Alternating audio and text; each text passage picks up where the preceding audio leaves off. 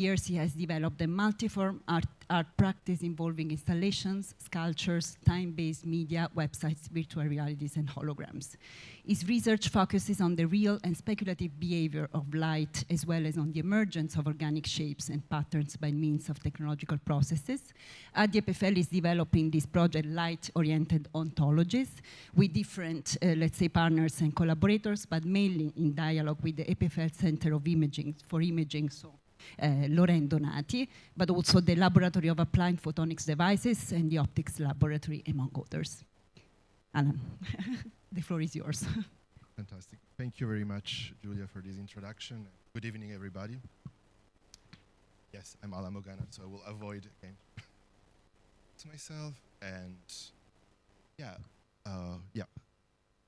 So among recurring topics in work is this interest for whether real or fictional, and it's also like in my project. And so my residency also started at the beginning of September, so I've been here for a few weeks, and I'm only just start by showing you some images of my work. As mentioned, so I work with different techniques and sort of technological tools, ranging from computer graphic simulations of unlikely phenomena to sculptures made of translucent materials generated through different processes, as well as video works on specific materials called scintillators, which emits light once hit by erratic particles, as well as using 3D printing techniques of hybrid minerals, so to say, original mineral blended with digital modifications, as well as more like iconographical explorations and studies of some technologies, like in the case of laser light, as well as other type of light installations, as well as customizations of virtual reality devices. And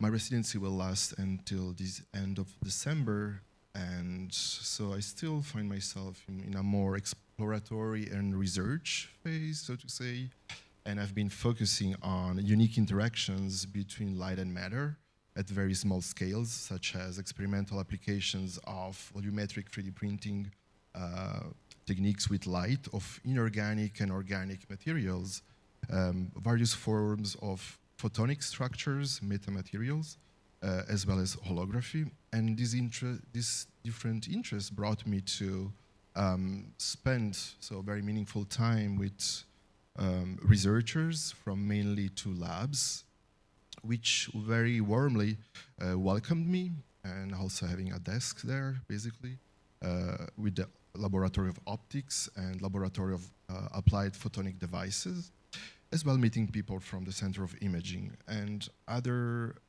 meetings are also planned in the upcoming weeks with researchers from different labs in order to have like different perspective on some of the core topics of the projects, which I'm going to present later on in my presentation. And at the beginning of the residency, I was able to present my work to the researchers, and this was sort of an icebreaker which triggered the first exchanges. And so far I met almost 15 researchers with different backgrounds, research focuses and sensibilities. Some of the common aspect, I would say, the use of optical setups that use and convey and manipulate light in many different ways for many different purposes in order to observe phenomena and techniques that usually happen at the micro and nano scales. And so what I most have been witnessing so far have been mediated by microscopes and screens and images. And something I always love to do, it's to ask to the researchers about the relationship to light and how also it changed ever since they became researchers in these specific domains.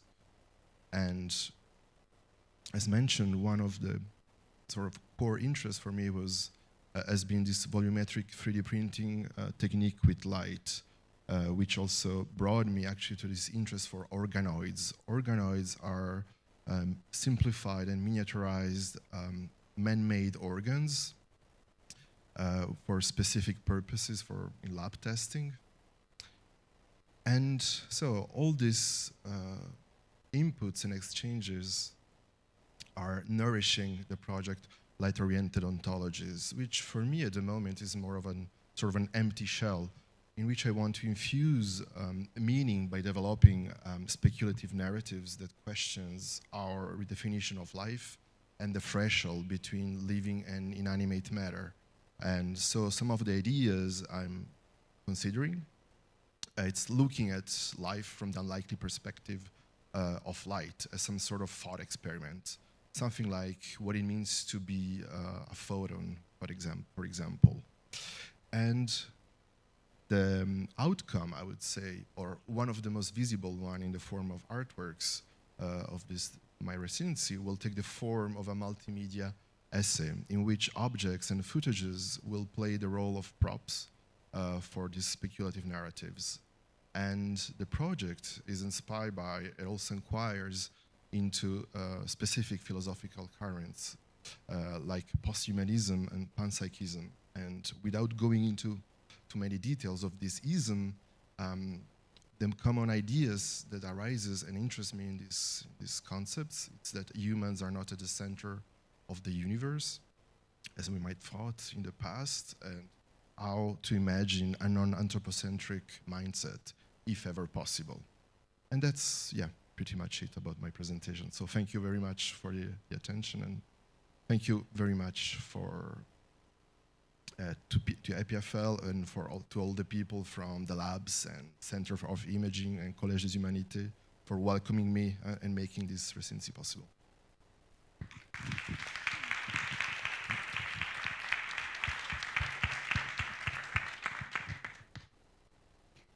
So we continue with Dorota Gawęda Eglė Kulbokaitė. So they are an artist duo living and working in Basel. Both graduated from the Royal College of Art in London in 2012. Their multimedia practice, which includes performances, videos, sculptural and installation works, as well as perfumes, draws from extensive historical and theoretical research processes, a high sensitivity to materials, and intellectual openness. And for the residency, so Dorota and Eglė have shown internationally, and for the project at Epfl, basically they're working on these synthetic landscapes that basically aims at looking into the history of the Western landscape painting tradition. Through the research, the aim is actually to explore the formation of the concept of nature in an effort to better understand the current ecological crisis. And in this sense, Dorota and Eglė are also in this case in a strong dialogue with the Epfl Imaging Center, but also with Climact, because there are these two elements basically in the research. And yeah, we will see now also in the presentation how also their narrative and their research encounters motives from the Eastern European also tradition and folklore imaginary. Hello, everyone. Nice to see everyone. I'm Eglė, so you know who's who. And with me here, there is Dorota Gawęda. As Julia has mentioned already, our proposed project is called Synthetic Landscape. And I guess, like, in terms of ecological crisis, we start where with what we care about a lot. So this research into Western landscape painting tradition for us is like just a possibility to understand like how the idea of nature as separate like to oneself or to like a person is formed historically, and that's where we begin this project from.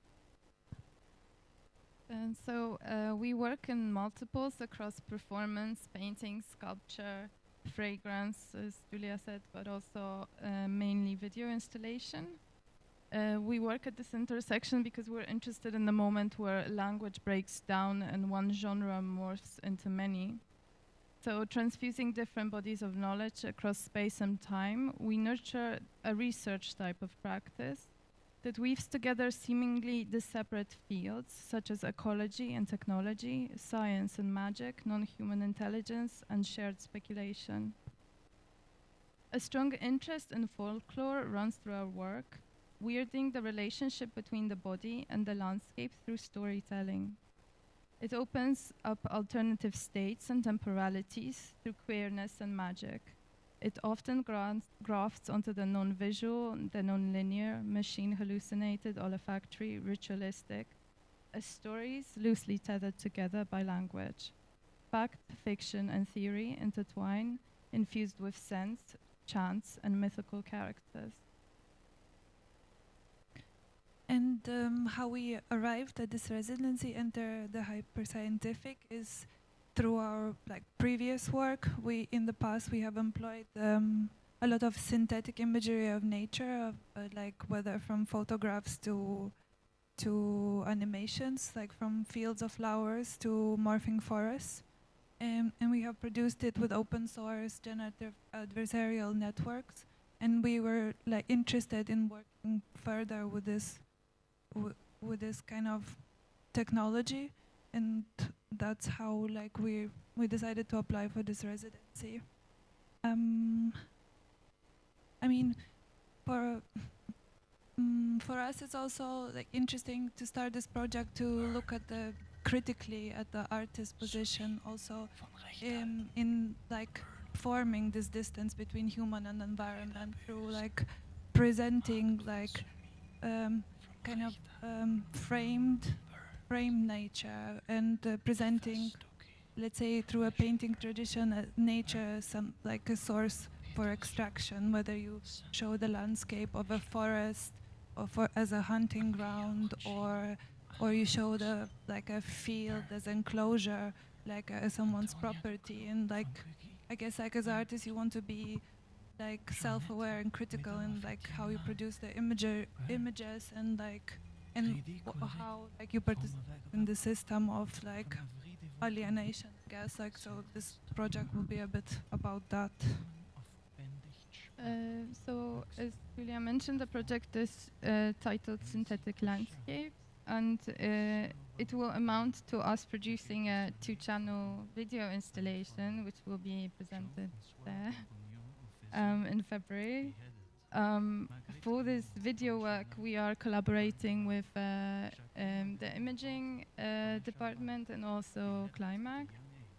We will work with CGI and GAN animations to simulate environments and weather conditions for specific historical moments where extreme climatic events occurred and somehow influenced societies of the time. But we will also make predictions into the future basing on scientific models.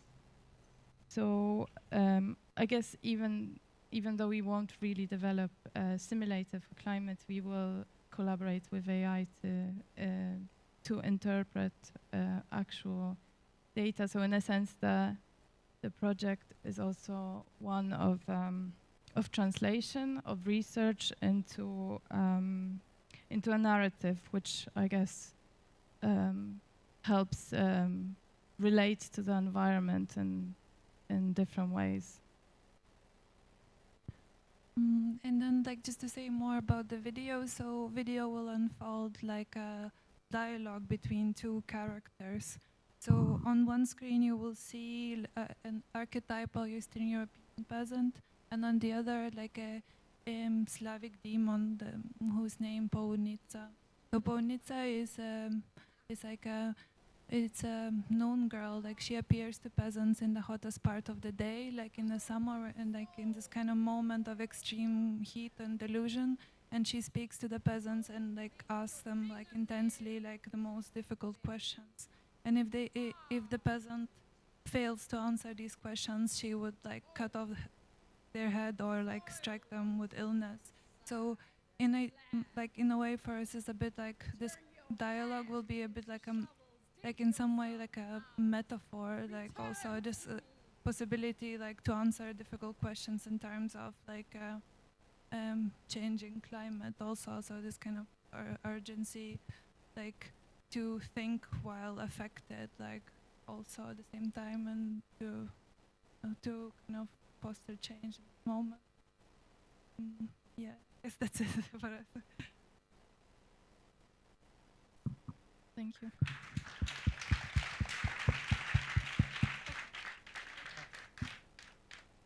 Okay, we will return later, of course, because it's that's an aspect of the different projects of this year, that each artist and each research really touches on very different points and aspects and narratives, and somehow also a way to address the scientific context and discourse, or also somehow to have a distance from it. And now, okay, we continue with Riccardo Jaconi. So Riccardo Jaconi is an Italian artist, has studied fine arts at University in Venice. His work has been exhibited in various institutions such as, okay, Kansler and Grazer, but also Erge Kunstskola, Bolzano, Mac Belfast, and many others. So Riccardo actually, hello Riccardo, is joining us remotely. Riccardo spent his time during summer to realize the project Rational and Irrational Numbers, which is a project on the concept of animation, which aims to connect the archaic tradition of puppetry to the latest technological developments on robotics and artificial intelligence.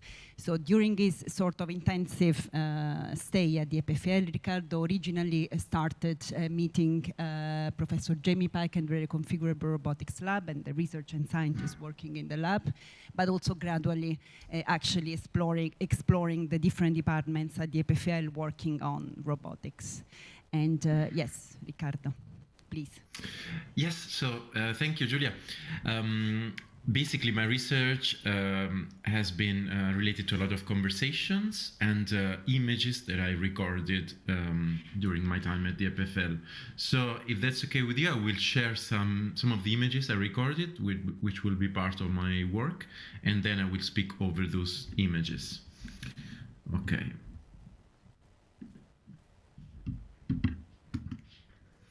Right, so I think you see them. Do you see my screen? Can you confirm? At the moment, we cannot see your screen. Okay, just a second. Let me try again. Yes, perfect. Yes? Yes. Okay.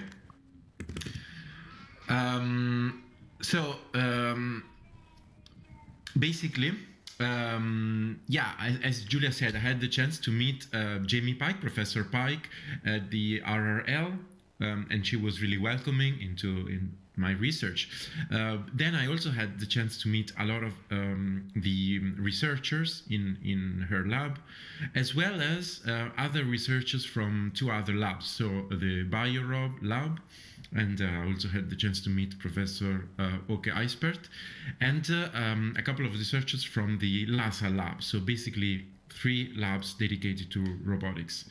And basically I would like to tell you a little bit about some of the conversations I had, because they will be part of the film that I'm working on.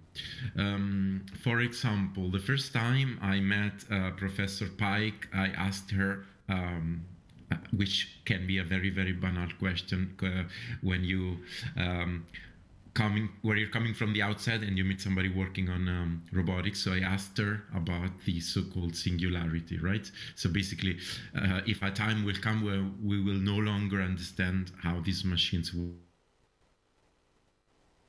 work.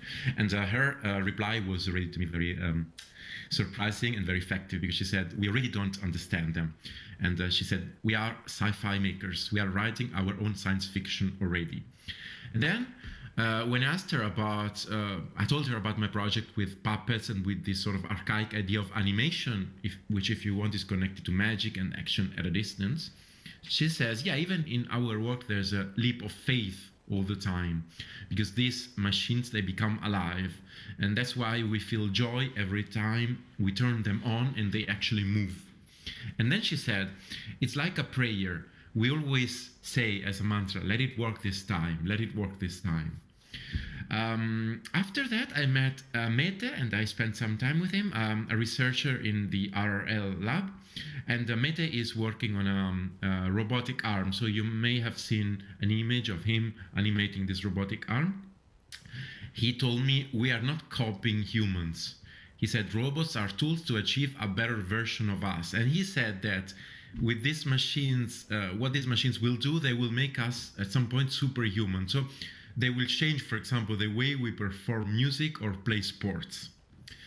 Then you see some images of this snake-like robot, which is called Amphibot. It's from Biorob. And Alessandra, a researcher from Biorob, introduced me to the swimming pool in the basement of the building. And we watched, he activated the Amphibot, and we watched the robot swimming in the swimming pool.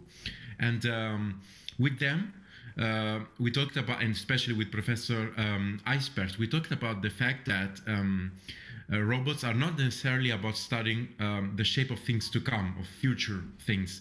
And he said it's also about studying us today as human beings.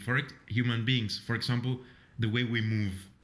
And he said we dare to think that we are moving closer to building an artificial animal. And however, the more we try, the more we realize how we always lag behind. And then I wanted to tell you a little bit about another conversation with Lucas and David from LASA. And they were also showing me a mechanical arm and the idea of maneuvering this mechanical arm with their hands, which to me, of course, it was really connected to the work of a lot of puppeteers that I met. And they were showing me how you moving this arm in a specific way, the robot connected to a machine learning algorithm learns how to execute a specific movement, and then it can do it on its own, guiding the robot through kinesthetic demonstrations. And then I was having coffee with Lucas and David from LASA. And we were talking about, I would ask the same question basically all the time. What is a robot? Can you give me a definition of what a robot is? And they said an interesting, to me, a very interesting thing. They said a robot is a placeholder for a living being. And right away I asked, so somehow like a puppet? And they thought about it for a second and they replied, yes, but with a certain varying degree of autonomy. And then they said robots are social objects, so there is always a certain aura around them. And at the end of the day, when we study robots, we are also studying ourselves. So starting from these images and these conversations that I recorded there, I'm working on a film which is based on a semi-fictional character on a research, so carrying out a research which is inspired by my research, but it's also conflating together different experiences that I had, that I lived in different places. For example, in these images, you saw some images from the Colla company. It's a puppet company in Milan with whom I've worked several times. They are one of the most ancient puppet companies still in activity in Europe. And you saw some images from the Museo Musicale, which is a museum in near Cesena in Italy, dedicated to automatic musical instruments. So the story of this fictional character that they are telling in the film that I'm working on is basically connecting different realms, different experiences of animation. So basically that's it. This is what I'm doing. Thank you, Riccardo.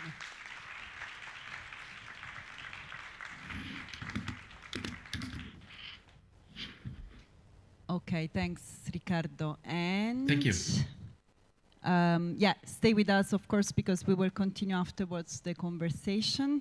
And we continue now with Joël Kuennen, who's the last in the presentation, but was actually the first this year to explore a bit the Epfl and the campus at the beginning of the year. And Joël will return in a few weeks to continue, let's say, the second part of his ambitious project. So, a short introduction. Joël is an art critic, curator, editor, and artist. They received an EMA in Visual and Critical Studies from the School of Art of the Art Institute of Chicago. Their art practice investigates human relationships to the earth as a means of understanding the social dynamics that can interrupt the extractive and exploitative ways in which we engage with this planet. So at the Epfl, Joël are working on spheroids, which interrogates exoplanet geologists and ecologists to question our imaginary concerning interplanets and the relationship to how we interact with the earth. The objects will be, now basically Joël is developing a research into spheroidal with magnetic cores coated in materials believed to comprise certain exoplanets and those that are bound to the enterprise of space exploration. Concretely, Joël is actually working with different laboratories, a constellation of laboratories, so the Laboratory of Statistical Biophysics, the Crystal Growth Facility, and also the Distributed Electrical Systems Labs, among others. Joël, it's your time. Thank you, Julia. Pleasure to be here. And thank you very much for providing this opportunity. I just have a short presentation, and I will share my screen.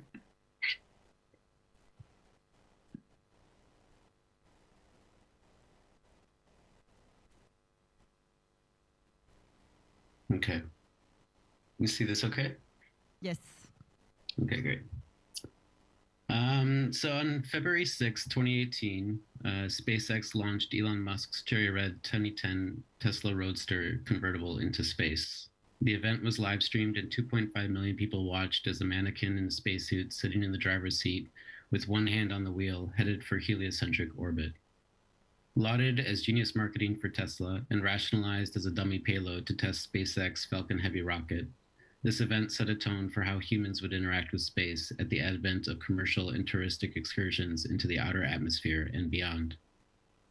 Fun, masculine, wealthy, powerful, a cherry red convertible traversing the solar system like a divorcee cruising through picturesque foothills, jamming out to David Bowie's Space Oddity. The image is almost as absurd as the motivation behind it, to extend a particularly toxic, wasteful strain of human culture into space. My project Spheroids seeks to explore the complex place exoplanets hold in our imaginary as they emerge into a popular consciousness through an exploration of the materials bound to these hyperobjects. My hope is to prompt the viewer to consider how we should view space in the age of commercial exploration and exploitation while simultaneously facing a planet-wide climate crisis. What cultural choices do we have, and how should we project ourselves responsibly into space? The anthropologist Lisa Messeri, in her book Placing Outer Space, makes the case that a great deal of linguistic allocation has already placed outer space firmly within a colonial imaginary and situated exoplanets as objects ready for world building by human settler colonists. NASA's Exoplanet Travel Agency, a creation of NASA's PR arm, is on the left, reifies this trope through a series of posters that functions through nostalgia, recalling the poster designs of the Works Progress Administration in the United States from 1935 to 1943, a program that was meant to encourage an interstate cultural hegemony through travel and tourism, an example of which is on the right. The desire to spread out across the galaxy is being fueled by incomprehensibly wealthy tycoons, as it was during America's westward expansion and territorial integration. Tycoons who have a vested interest in resource exploitation. The same resources that drove this expansion and will ultimately lead to resource scarcity now drive space exploration. In April 2020, the Trump White House released Executive Order 13914, entitled Encouraging International Support for the Recovery and Use of Space Resources. It declared, the executive order also affirms Congress's intent that Americans should have the right to engage in commercial exploration, recovery, and use of resources in outer space, consistent with applicable law. Outer space is a legally and physically unique domain of human activity, and the United States does not view space as a global commons. The statement continues, the President has directed the Secretary of State to object to any attempt to treat the 1979 Moon Agreement as representing customary international law. This agreement represents a failed attempt at constraining free enterprise, and it does not represent the bright future of a growing space economy.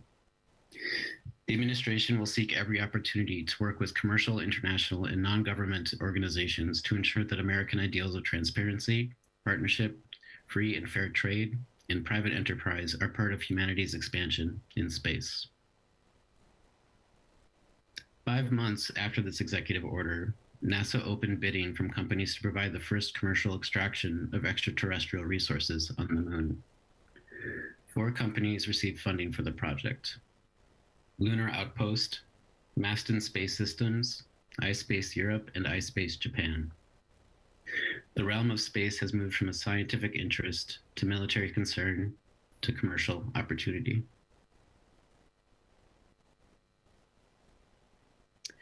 It's been 30 years since the first identification of an exoplanet by a team at EPFL, and yet only as the climate crisis has flooded the consciousness of global culture did exoplanets and interplanetary space exploration begin to receive the large amounts of public, and more importantly, private funding needed to move into an era of interplanetary colonialism. As discussed, the main driver for this isn't so much the purely scientific, maybe even humanitarian search for life, a search that has massive cultural implications when found, implications that would reshape humanity's image of itself. It is an extractive enterprise, and likely when life is found, it too will be disregarded, competed with, extinguished in the pursuit of extracting advantage and value. We are proceeding under a bad star, a disaster. For the last year, I've been hiking to the site of the Torredonum event, a landslide which caused a tsunami that wiped out Geneva in 563 CE. The material that slid down La Grammont into the fluvial plain of the Rhone is a deep, rich, chocolate brown clay. During my residency, I will continue to collect some of this clay, process it in, and use it to form parts of the final work. The base of it, in fact, as a nod to the earthly origins implied by the term exoplanet, and as a nod to disaster. With the colonial and extractive approach to extraterrestrial travel established, I then began to look at exoplanets and how they might emerge as aesthetic hyperobjects, a category described by Timothy Morton as entities of such vast temporal and spatial dimensions that they defeat traditional ideas about what a thing is in the first place. I started researching materials used in the aerospace industry, technical ceramics and rare earth elements, as well as investigating the technologies needed to imagine these exoplanets like microengineering and distributed electrical systems. The materials that facilitate this imaginary are often, on a material level, deceptively simple: silica and oxygen, silica and carbon. On the right are a series of silicone boules. These masses are thinly sliced to create the silicone chips we use every day. On the left, silicon carbide spheres, a technical ceramic that has extraordinary thermal refractive qualities. In addition to developing a material sense, I needed to understand how space is conceived physically and how we engage with it to understand life. To this end, I regularly spoke with Dr. Claudio Grimaldi of the Laboratory of Statistical Biophysics. Dr. Grimaldi's specialty is developing probability equations that help determine where and how to look for technosignatures and biosignatures of life in the cosmos. In addition, I spoke with Dr. Paulo de los Rios about panspermia, the idea that life can and has spread throughout the universe via comets, asteroids, and interstellar bodies, and then abiogenesis, or the spontaneous emergence of life, in the context of the chemical and physical conditions under which life begins to form.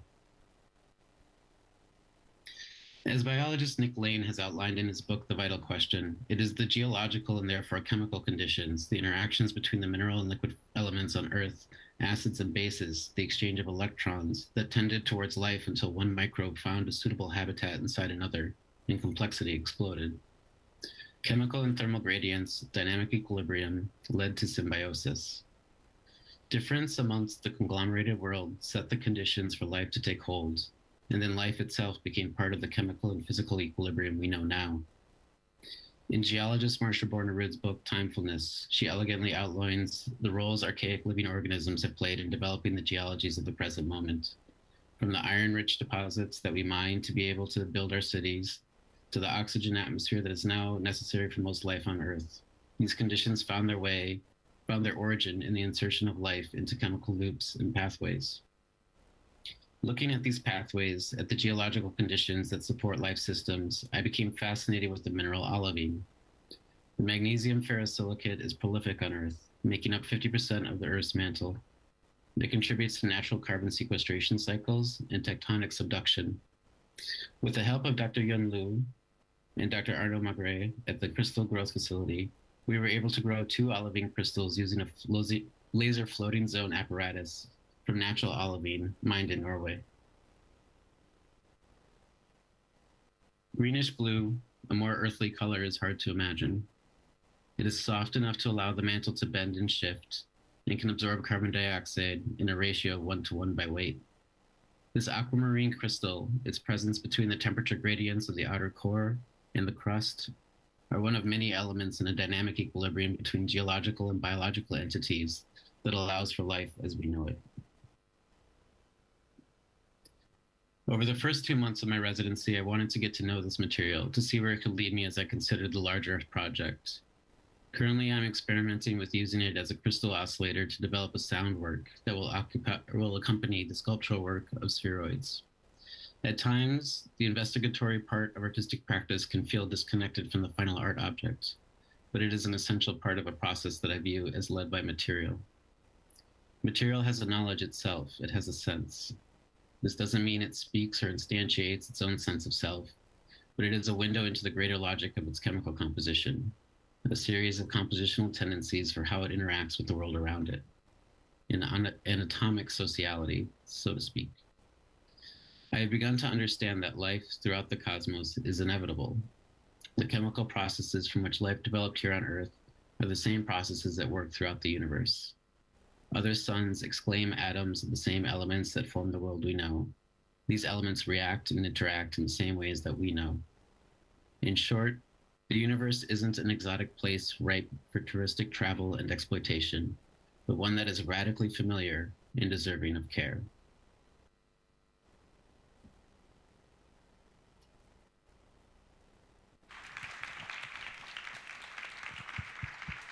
And that's all I have.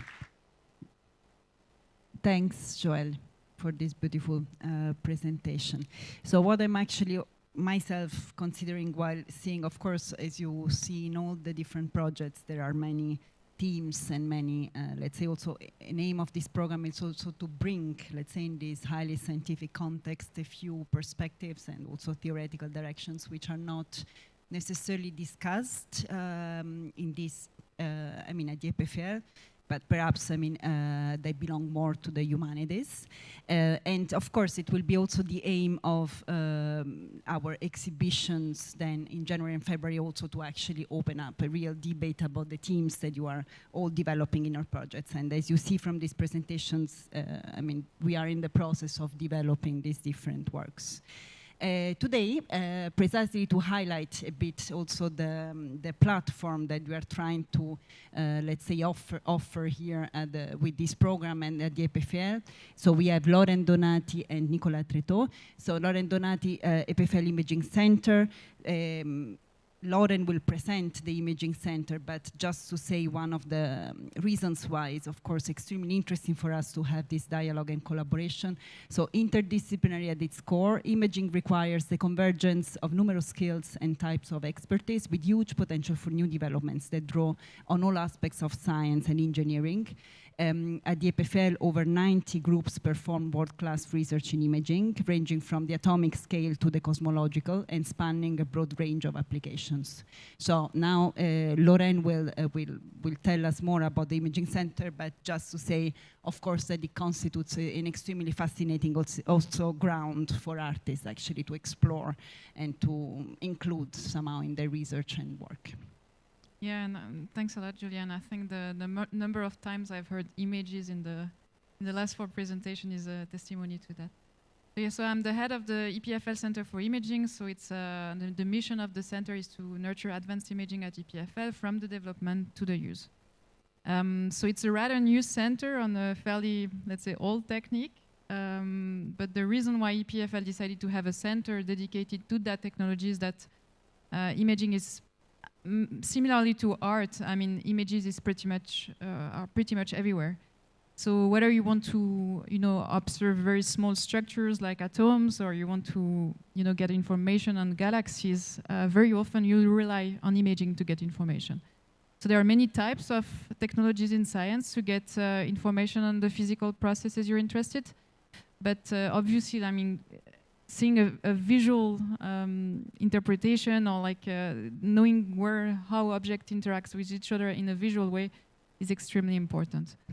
And the consequence of that is that whenever you have a new development in imaging technology, then it has a huge impact across domains. And I think a good example of that is that if you look, I think around the last 50 years, there are like more than 20 Nobel Prizes or laureates who have received the Nobel Prizes for development in imaging. So it's extremely impactful and it's extremely widespread.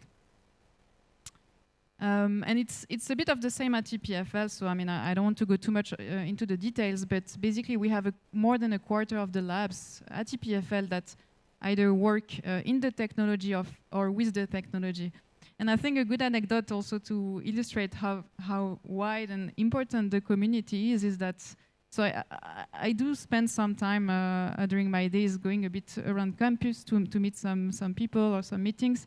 And I think the person I've seen the most across campus over the last 3 weeks is Alan. So he's been trying to and at some random places, because he's been trying to meet many people in the imaging community, so visiting the labs, and I think he knows the place maybe better than me pretty soon. Almost. Yeah, so huge community at EPFL of people pushing the technology and using the technology. And so what does it take to do advanced imaging? I think there are many missions of the center, and some of them are quite technical, but I think the one that speaks the most, or that has some similarity with what, Julia, you're trying to do with the CDH-AIR program, is this idea of cross-fertilization. Because in imaging, what happens is that most of the impactful development, they happen at the boundaries between different types of people who have different types of expertise and skills, from people who do like core instrumentation, optics, to people who do computation, for example. And so something that we try that is very much one of our missions is to create opportunities and initiatives for people to discuss together and exchange expertise. And so we have other tasks, but that's one that is really central to our work. And in some sense, this collaboration with the CDH is a way to involve people that are also bring their own perspective into that dialogue. So that's the center, promotion of interdisciplinary collaboration. Just a few words, we're about 10 people here, and we also have two scientific teams, and we have a few people in the team here, so Eddie and Mallory. And what's interesting is that as a center, the collaboration with the artists has not only been one of matchmaking, I mean, trying to find a lab or initiate a communication between an artist and a professor, but we also are providing some, let's say, more scientific/technical support directly, so we are involved in one of the projects in that respect. And I think that can also be a nice contribution of the center. So yeah, so we have many activities, but I think one of the, let's say, mandate we have, and that really is dear to my heart, is obviously images are important in science, but they are important beyond science, and as part of our outreach activities, to find a way to create new conversations that include science, but that go beyond that. So I don't know if you have the opportunity to go to the SG Hall that is just across the campus, but we now have a scientific exhibition that is running, I mean, an exhibition of scientific pictures. So we had about 30 PhDs and postdocs submitting images, and they're all displayed there. And it's a kind of an illustration of how much people are willing to contribute with that kind of content for outreach purposes. And so obviously a good part of our outreach activities, they are linked to the CDH. So it's been a pleasure to collaborate on that, in particular for the AIR program. And so we had already many discussions, mainly with the 3 artists there, but I think it's likely a collaboration that's going to continue beyond that. So thank you. Thank you, Lauren. Thanks a lot. And yeah, indeed, I connect immediately also to our another important partner in the program, especially for the new call. So it's true that Dorota and Eglė are already working with Climact, but it's, of course, I mean, each year the aim of the program is also to keep some, to have a timely attitude, I mean, also for what are the themes which are extremely, let's say, important and urgent also, yeah, in our moment. And of course, I mean, we all know that the climate is among this. But so we have this new call for next year on climate transformation, which is very specific. And exactly, Nicola, if you can present us a bit of climate, which is a joint initiative, Epfl and UNIL, so the University of Lausanne, and also somehow in your also interest in engaging with this program and with, let's say, these dialogues with contemporary art.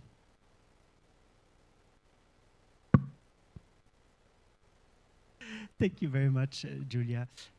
It's really a pleasure to be here. As you said, the Climate Impact and Action Center is really at the forefront of research at UNIL and EPFL.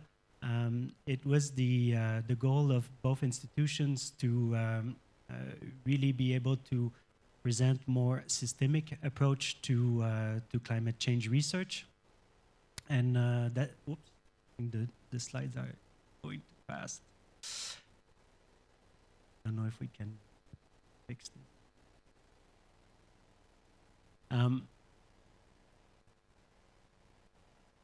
Well, it's the one before or the one after. I think we can try to ask. I think maybe there's a timer on the slides and they're switching by themselves.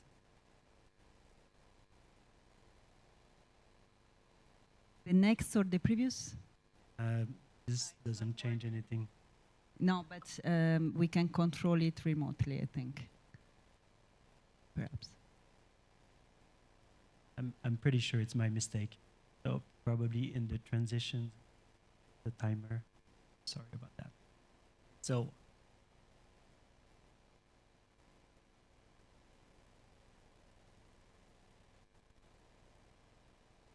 One more.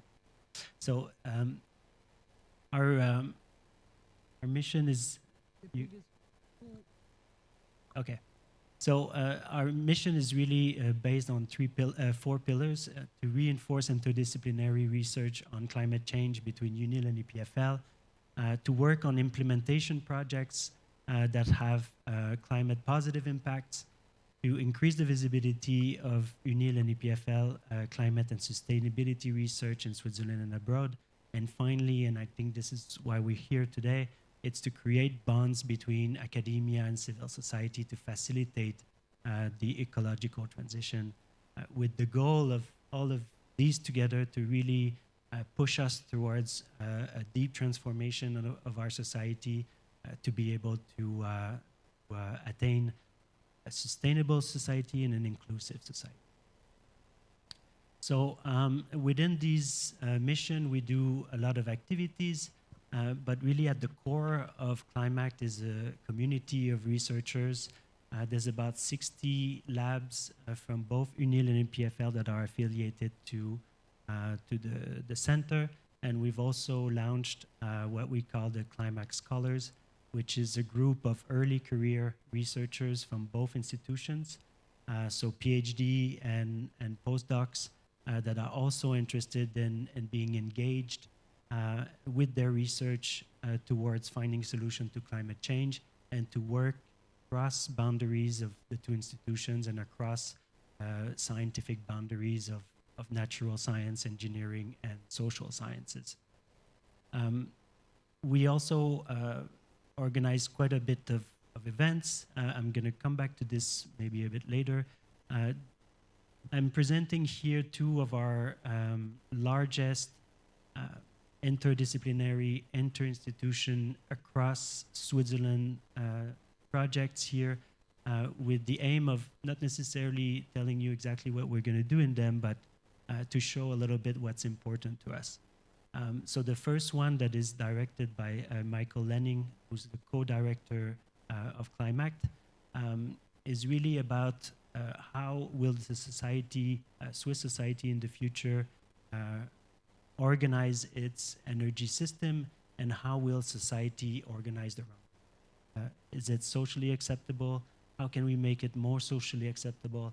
And how can we make it a win-win for everyone? The next one on the right, the Sweet Swice, that's directed by Marilyn Anderson, also at ENAC, is really about what does it mean to live in a sustainable society in Switzerland, and how do we define well-being of people in that transformed society. So it's really both about engineering, natural sciences, and also social sciences, all working together into a systemic response to this great challenge. And as such, we're tasked at the Climate to increase the interface between science and society. And I'm showing just a few examples here. We have two authors of the IPCC report. We also participated quite heavily on having scientists at the Parliament on the 2nd of May, which was a response to the Grève de la faim de Guillermo Fernandez. So it's very important to be toe-to-toe with politicians and stakeholders in society to make sure that we can accelerate as much as possible this transformation. We were also at the Assises Européennes de la Transition énergétique, again talking about sobriety. Every energy we don't use, we don't need to produce, and this is also part of what we're trying to achieve. And as such, to have this constant presence in society, we're working as much as we can with social media, with traditional media, trying to put scientists that are engaged into climate science at the forefront of society.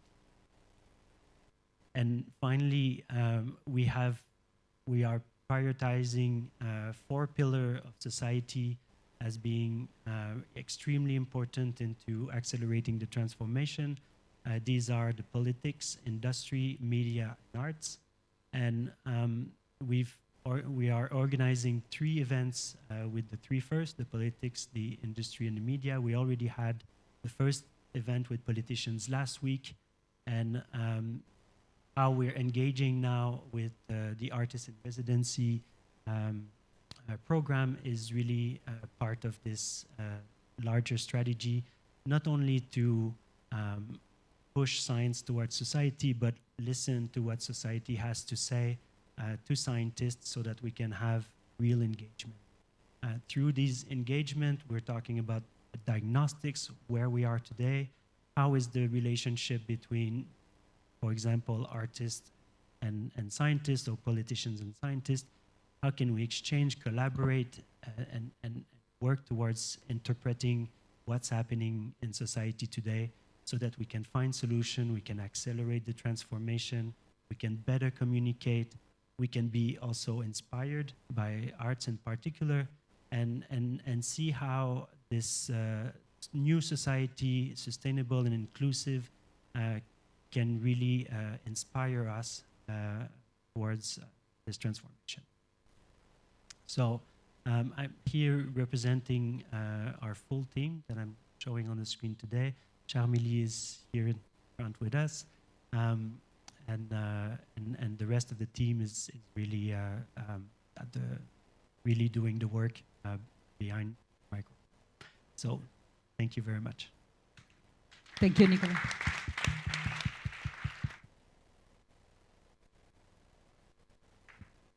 All right, so thanks to everybody for these presentations, and I think somehow that we might need, ideally we would have, let's say, an hour to go through different of the points touched in the projects, and of course also in the overall initiative to, let's say, foster these dialogues. Of course, also considering the points in common, the differences, and also the potential of these dialogues.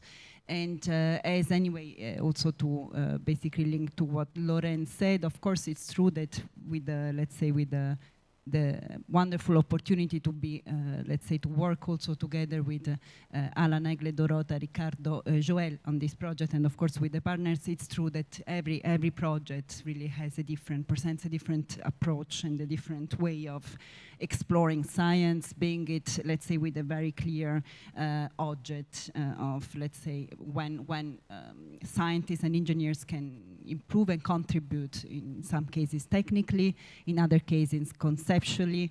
And I have to say that I see this roundtable here as the first, let's say, presentation of projects that when they're going to be presented, we would like really to, let's say, establish also a platform for considering also, for instance, the philosophical reflections, and also what Alan mentioned, for instance, about his interest in the rather in these philosophical directions, and also the different points that he's highlighting in his research.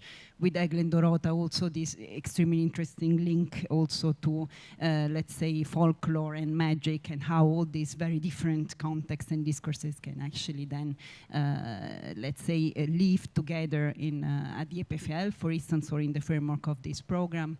And of course also with Joel, he highlighted this attention on materials that he had, and also somehow the encounter also with the daily life of the laboratories, in which of course artists are also confronted to very different ways actually to technically realize things and projects.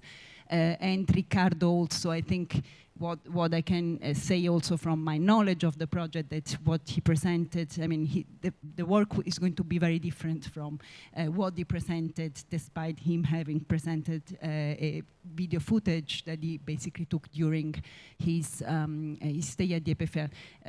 Can we actually arrive to have both Joel and Riccardo on screen? Is this possible? But yes, amazing. Yeah, my question is actually, do you have any questions? So whatever kind of question that might be linked both to the projects and to the program and in general. Yes.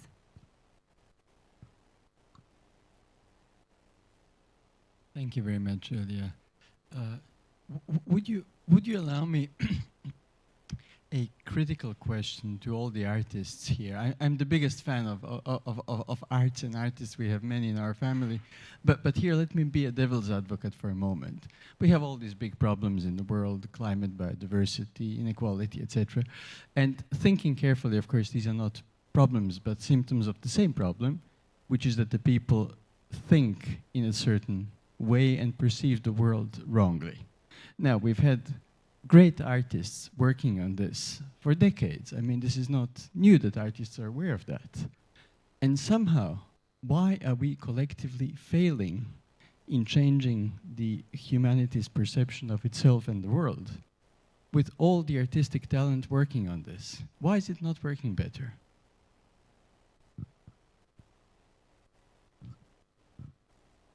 Who wants to start?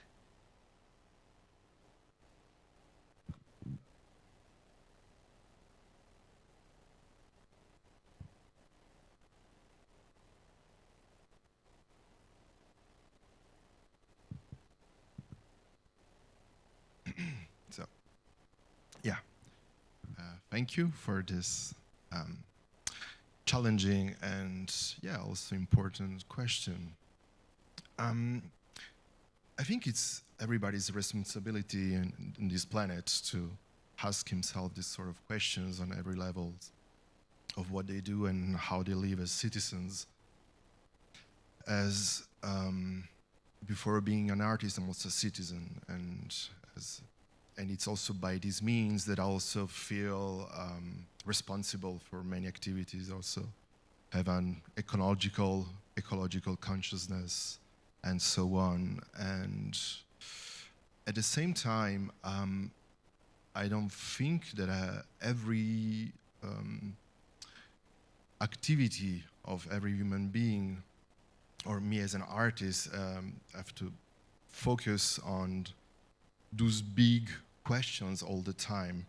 I think there are different ways to break down these kind of issues. And that's why I also think that through activism, I would be able to reach more directly people on raising awareness on some very specific points. So, yeah, I'm not sure that we have to put this such humongous hope on art for these specific practical problems, I would say. But that's my very own personal opinion, as we can operate on so many different levels, and that's also the idea of making a residency, an artistic residency in such context, scientific context, as our societies becomes more and more complex. And I think it's important that, artists also manage to deal with this different form of complexities and different levels. So there's like a fragmentation of art practices, which is, for me, pretty much needed, so to say. And yeah, I don't know, I didn't really directly reply to, but that's my... I guess for us, this reflection on the artist's role and somehow complicity in certain modes of thinking is quite important. As we mentioned in our presentation, we've been thinking a lot about, for instance, the landscape painting tradition and how this has been a historical type of technology of creating a distance between the self and the environment through a type of framing and a distance that one takes, a position of being separate from the environment. So I guess even though artists try, and many stories have been already told, that sometimes one thinks if the right stories necessarily proliferated, and perhaps the repetition of that one story is a problem. Perhaps we need different voices or a multiplicity of voices to change these narratives. And yeah, I don't know.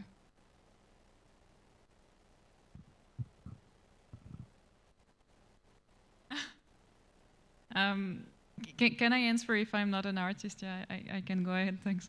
Now, if I can just make a small comparison between the artistic and scientific endeavor, you're not always sure that you'll have an impact. Of course, you hope so, but in some sense, if trying to have a targeted goal of like, we're only prioritize such scientific initiatives because those are the ones that are important, well, sometimes it's not the optimal things to do, because there could be research field that, you get a discovery at some point, that's the one that's going to change. And we did it even though we weren't expecting to answer a problem somewhere else. So I think that could be also the same in art. You could have some pieces of art that achieve that goal even though it wasn't created for that in the first place.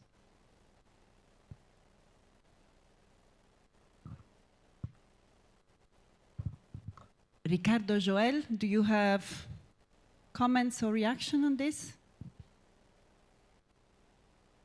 1 second, Joel, we are checking your audio.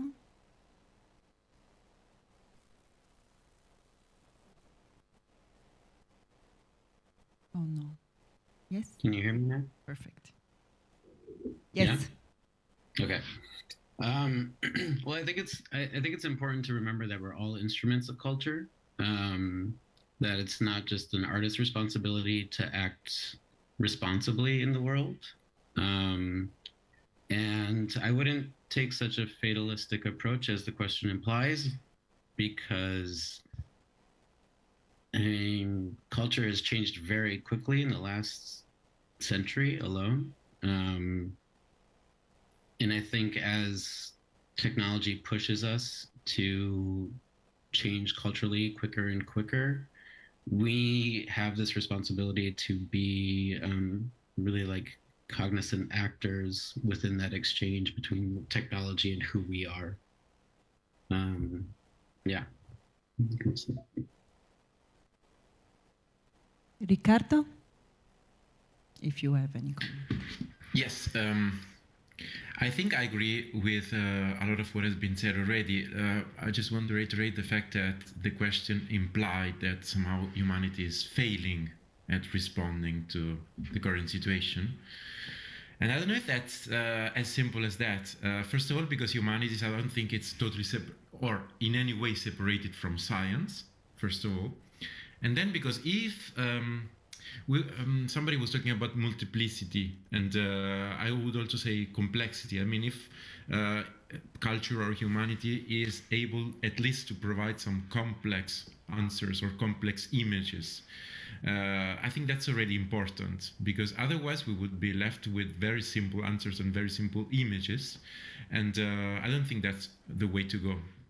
So I think that if we reflect together, for example, with scientists on how to think or rethink a specific situation, I would say that's already something. Even if, of course, I have total respect to activists who are trying to grind this system, this capitalist system, to a halt, as well as scientists who are working concretely on affecting climate change. Yet, I think that also providing complex answers and reflections is important. I think, yeah, there was a good range of. Thank you for this question. Thank you for your question. Is there any other question or curiosity?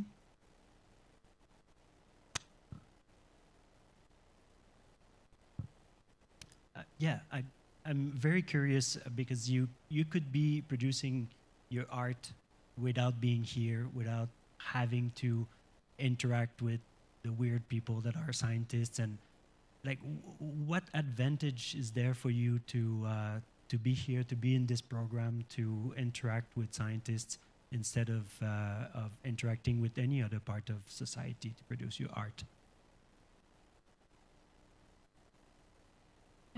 I guess like for us, like we're a duo, so we work in collaboration always. So for us, this dialogue is like what builds our artwork also. I guess the dialogue will be part of the video too.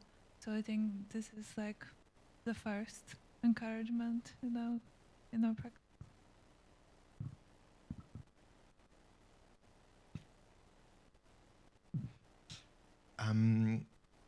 No, I think I couldn't be anywhere else actually than here doing what I'm doing, as I have access to, well, unique knowledge from researchers and unique perspective on very, very specialized phenomena, as well as techniques and facilities. I'm really discovering like a plethora of principles and notions and techniques, which actually also resonate somehow